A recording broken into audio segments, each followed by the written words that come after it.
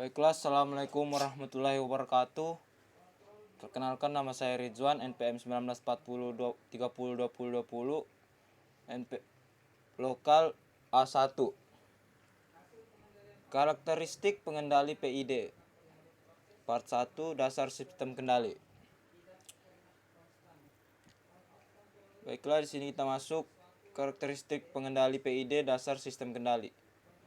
Kontrol PID sejatinya digunakan untuk memperbaiki sistem informasi sistem melalui perbaikan respon, misalnya mengurangi atau menghilangkan steady state error atau memperbesar kecepatan respon. Cara ini tak lain dan tak bukan untuk dapat dilaksanakan dengan menggunakan alat-alat kontrol jenis P. proporsional, I. integral, atau D. derivatif. Lanjut. Spesifikasi perencanaan sistem kontrol. 1. Ketelitian (akurasi). 2. Kecepatan dalam memberikan tanggapan (speed of response). 3. Paling lama (setting time). 4. Stabilitas yang dinyatakan dalam gain margin dan stage margin. Selanjutnya, jika sebuah sistem stabil dan hanya memerlukan perbaikan respon, maka yang dilakukan adalah poin 1, PID controller, yaitu menggunakan alat-alat kontrol PID yang mengcovernya. Teknik kompensasi. Jika terjadi ketidakstabilan, untuk memperbaiki respon tersebut, maka pada sistem ditambahkan peralatan kompensasi. Peralatan ini mampu memodifikasi penguatan dan sudut fase agar dapat menghasilkan perbaikan terhadap gain margin dan fase margin. Dengan demikian, dapat disimpulkan bahwa perbaikan sistem kontrol dilakukan dengan dua cara, yaitu menggunakan controller dan teknik kompensasi.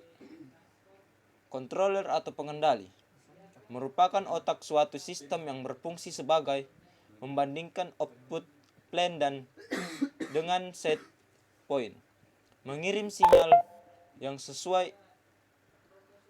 sesuai ke elemen kontrol akhir untuk menjaga variabel yang dikontrol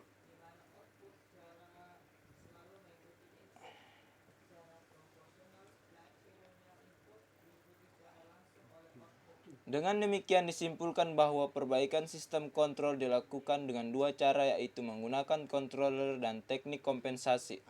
Controller pengendali merupakan otak suatu sistem yang berfungsi sebagai membandingkan output plan dengan set point, mengirim sinyal yang sesuai ke elemen kontrol akhir yang menjaga variabel yang dikontrol berada pada set pointnya.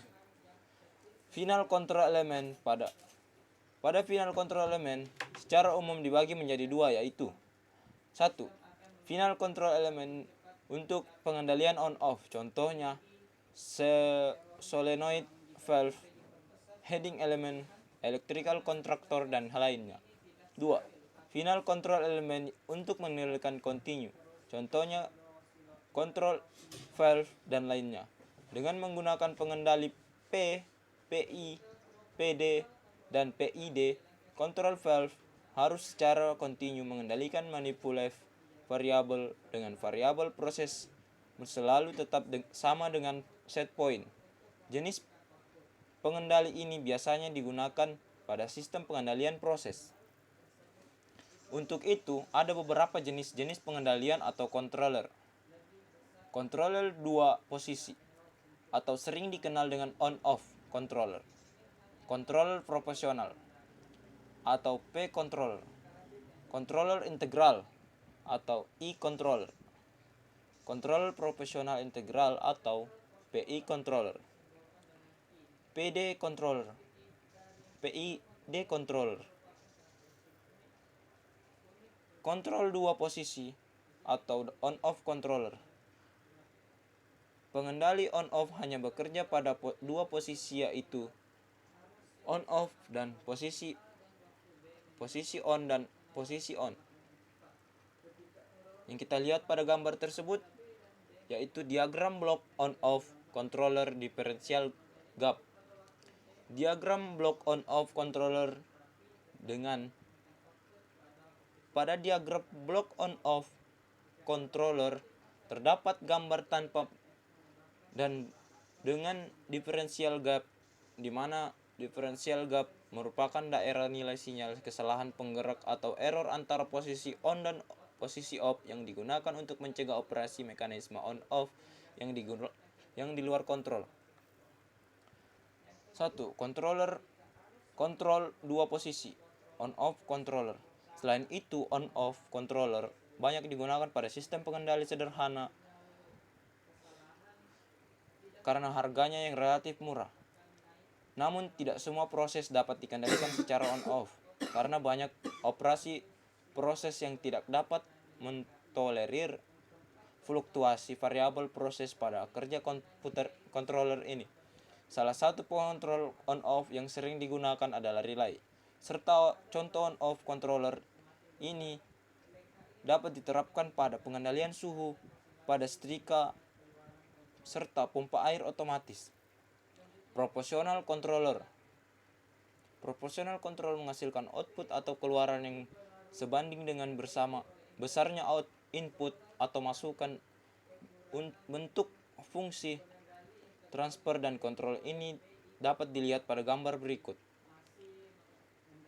Untuk kontrol P adalah unit kontrol yang paling banyak digunakan, baik tersendiri dalam bentuk pengendali P only maupun dalam kombinasi dengan mode integral dan diferensial. Pada fungsi transfer dan diagram blok terdapat Kp atau proportional gain pada sistem kontrol ini. Cara kerja proportional controller yang diamati pada grafik di atas, di mana output selalu mengikuti input secara proporsional. Naik turunnya input diikuti secara langsung oleh output dan besarnya selalu sama dengan input dikalikan dengan gain. Selanjutnya, karakteristik dari proportional control adalah nilai Kp.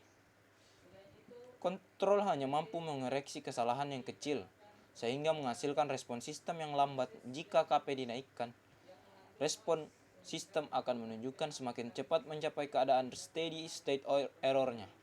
Namun jika Kp diperbesar secara berlebihan, mengakibatkan sistem ini tidak stabil atau respons sistem akan terus berosilasi.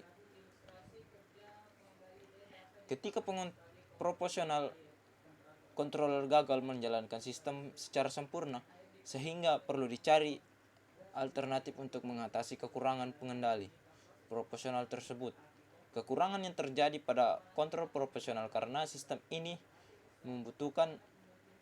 selalu membutuhkan untuk menghasilkan output. Oleh karena itu, untuk menghilangkan kekurangan kontrol proporsional tersebut diperlukan pengendali lain yang dapat menghasilkan output lebih besar atau lebih kecil pada saat error input sama dengan 0. Karakteristik ini hanya dimiliki oleh pengendali integral.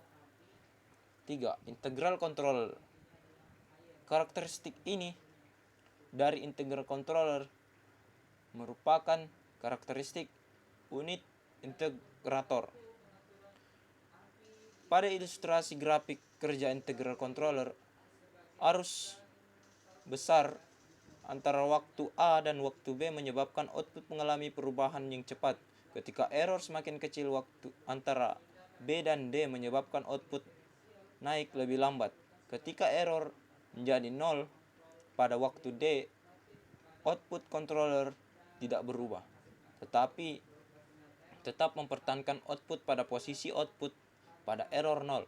Jika error negatif antara error E dan F menyebabkan perubahan output menjadi negatif.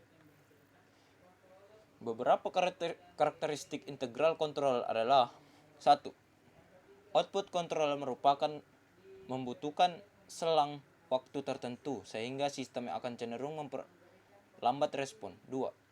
Ketika arus sama dengan 0, output controller terus bertahan pada nilai sebelumnya.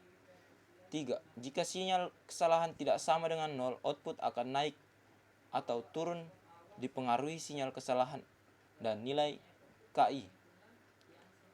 4. Konstanta integral KI dengan nilai besar akan mempercepat hilangnya kekurangan yang ada pada sistem. Semakin besar nilai KI mengakibatkan peningkatan osilasi dari sinyal keluaran controller. Ketika kekurangan P controller diperbaiki oleh integral controller dan kekurangan pengendali integral diperbaiki oleh PI controller, tetapi masih mendapatkan respon sistem yang lambat. Apalagi sistem pengendali ini diterapkan pada elemen temperatur. Upaya memperbaiki respon ini didapat dengan derivative controller. 4. Derivative controller, di mana output pengendali D merupakan diferensial fungsi input, tetapi D controller tidak dapat mengeluarkan output pada apabila tidak ada perubahan input. Sehingga karena karakteristik ini, D controller tidak pernah digunakan sendiri, selalu digunakan dalam kombinasi dengan P dan menjadi PD atau PID. Selain itu, sistem D tidak dapat diterapkan untuk variabel proses yang mengandung noise, sehingga mengakibatkan aplikasi sistem PD tidak sebanyak pengendali P atau PI yang kita lihat pada gambar tersebut. Grafik ilustrasi kerja pengendali D dapat dipahami sebagai kompor pemanas air. Temperatur air mula-mula 30 derajat Celcius dan air dipanaskan dengan kompor gas menjadi 60 derajat Celcius. Karena dinamika proses pemanasan, jika api kompor dibiarkan kecil, pemanasan akan menjadi lama. Sebaliknya, jika api dibiarkan besar, sangat kemungkinan besar temperatur melampaui set point. Cara paling efektif mempercepat pemanasan adalah memperbesar api di awal, kemudian mengurangi sedikit demi sedikit sebelum temperatur sampai pada titik yang diinginkan. Dalam kurva waktu, pengaturan api diilustrasikan sebagai bukaan valve gas di kompor. Hanya pengendali diferensial atau derivatiflah yang mempunyai karakteristik tersebut, sehingga karakteristik dari kontrol diferensial dapat disimpulkan sebagai 1. Sistem controller derivatif dapat menghasilkan output berupa sinyal error bila tidak ada perubahan input. Jika error berubah terhadap waktu output yang dihasilkan, controller bergantung pada nilai TD dan laju perubahan error. 3. Kontrol diferensial mengantisipasi pembangkit error, memberikan koreksi dan cenderung meningkatkan stabilitas sistem. Controller diferensial digunakan untuk mempercepat respon awal suatu sistem, tetapi hanya efektif pada lingkungan yang sempit, yaitu pada periode peralihan, sehingga kontrol diferensial tidak pernah digunakan tanpa ada controller lain pada sebuah sistem. 5. Proportional Integral Control atau PI. Pengendali PI merupakan gabungan dari dua unit kontrol, proporsional dan integral, sehingga semua berlebihan dan kekurangan pada pengendali P dan I juga ada pada PI ini. Pengendali PI mampu mengendalikan respon yang lebih cepat dan mampu menghilangkan kekurangan yang disebabkan oleh pengendali P. Pada ilustrasi kinerja pengendali PI ada dua komponen pada besaran output yang kita lihat pada gambar di atas. 1. Komponen pertama adalah error X gain berasal dari komponen P. 2. Komponen kedua adalah hasil integrasi error dalam fungsi waktu yang datang dari komponen L.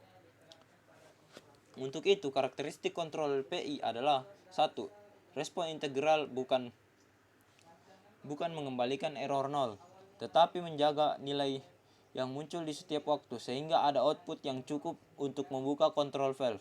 2. Tidak ada kekurangan offset. 3. Respon lebih lambat karena error tidak bisa dihilangkan lebih cepat. Harga overshoot paling tinggi digunakan sebagai reset action. 6. Proportional differential control disebabkan karena Karakter diferensial hanya menghasilkan output bila ada perubahan input, sehingga pengendali diferensial pada sistem ini digunakan secara paralel dengan pengendali proporsional, sehingga karakteristiknya antara P dan I saling berkesinambungan. Untuk itu, karakteristik dari controller PD adalah disebut sebagai anticipatory atau rate control. 2. Aksi kontrol berdasarkan pada mode diferensial yang terjadi hanya saat error. 3. Efeknya seperti proporsional dengan gain yang tinggi. 4. Respon dengan sangat cepat. 5. Overshoot rendah. 6. Terdapat offset tetapi lebih kecil. PID controller. Yang ketujuh, PID controller. Komponen PID berguna untuk mempercepat reaksi sistem, menghilangkan offset dan mendapatkan energi ekstra di saat awal perubahan loop. Pengendali PID memiliki sifat yang ada pada unsur PIND, kemudian dengan settingan KP, TI, dan TD yang sesuai dari masing-masing unsur dapat digunakan sesuai dengan kebutuhan masing sistem. Adapun karakteristik dari PID controller ini adalah 1. Paling baik tetapi paling mahal. 2. Offset dihilangkan dengan aksi integral overshoot dan waktu isolasi diturunkan dengan waktu diferensial. 3. Diterapkan pada sistem yang sedikit lambat yang tidak menghasilkan noise, misalnya diterapkan pada temperatur. Baik, kita lanjut ke part 2.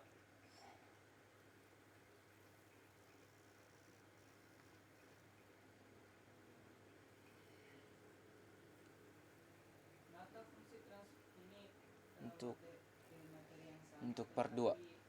Karakteristik pengendali PID part 2. Desain kontrol dasar dengan MATLAB. Rancangan kontrol PID awalnya hanya menggunakan metode trial dan error sehingga akan menghasilkan waktu yang lama. Software MATLAB dilengkapi dengan toolbox membantu perancang untuk memahami respons berbagai input yang berbeda. Selain itu, penggunaan MATLAB membantu dalam menentukan kombinasi antara controller P, I, dan D sebagai sistem kontrol yang baik dan sederhana. Desain controller dengan dasar dengan MATLAB. Contoh diketahui fungsi transfer dari suatu sistem dengan rumus H dalam kurung S sama dengan 1 per S pangkat 2 tambah 20 S tambah 30. Kriteria desain yang diinginkan dari sistem ini adalah 1. Menghasilkan rest time yang cepat. 2. Overshoot sekecil mungkin. 3. Tidak menghasilkan steady state error.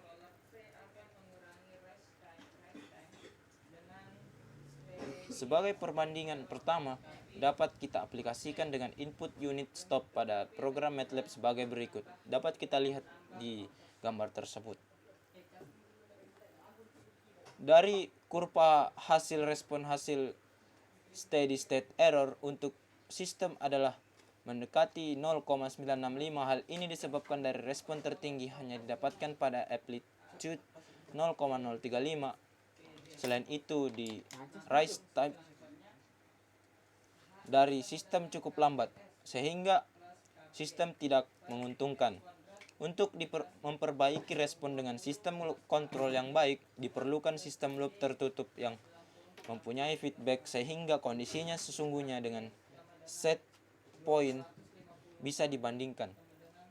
Controller proporsional, maka fungsi transfernya akan menjadi HS sama dengan KP per S pangkat 2 tambah 20 S tambah dalam kurung 30 tambah KP. KP-nya yang kita ketahui di sini sama dengan 250. Lanjutnya, untuk penambahan variabel waktu dimaksudkan dengan untuk melihat respon sistem T sama dengan 0, T sama dengan 4 dengan step 0,01 second.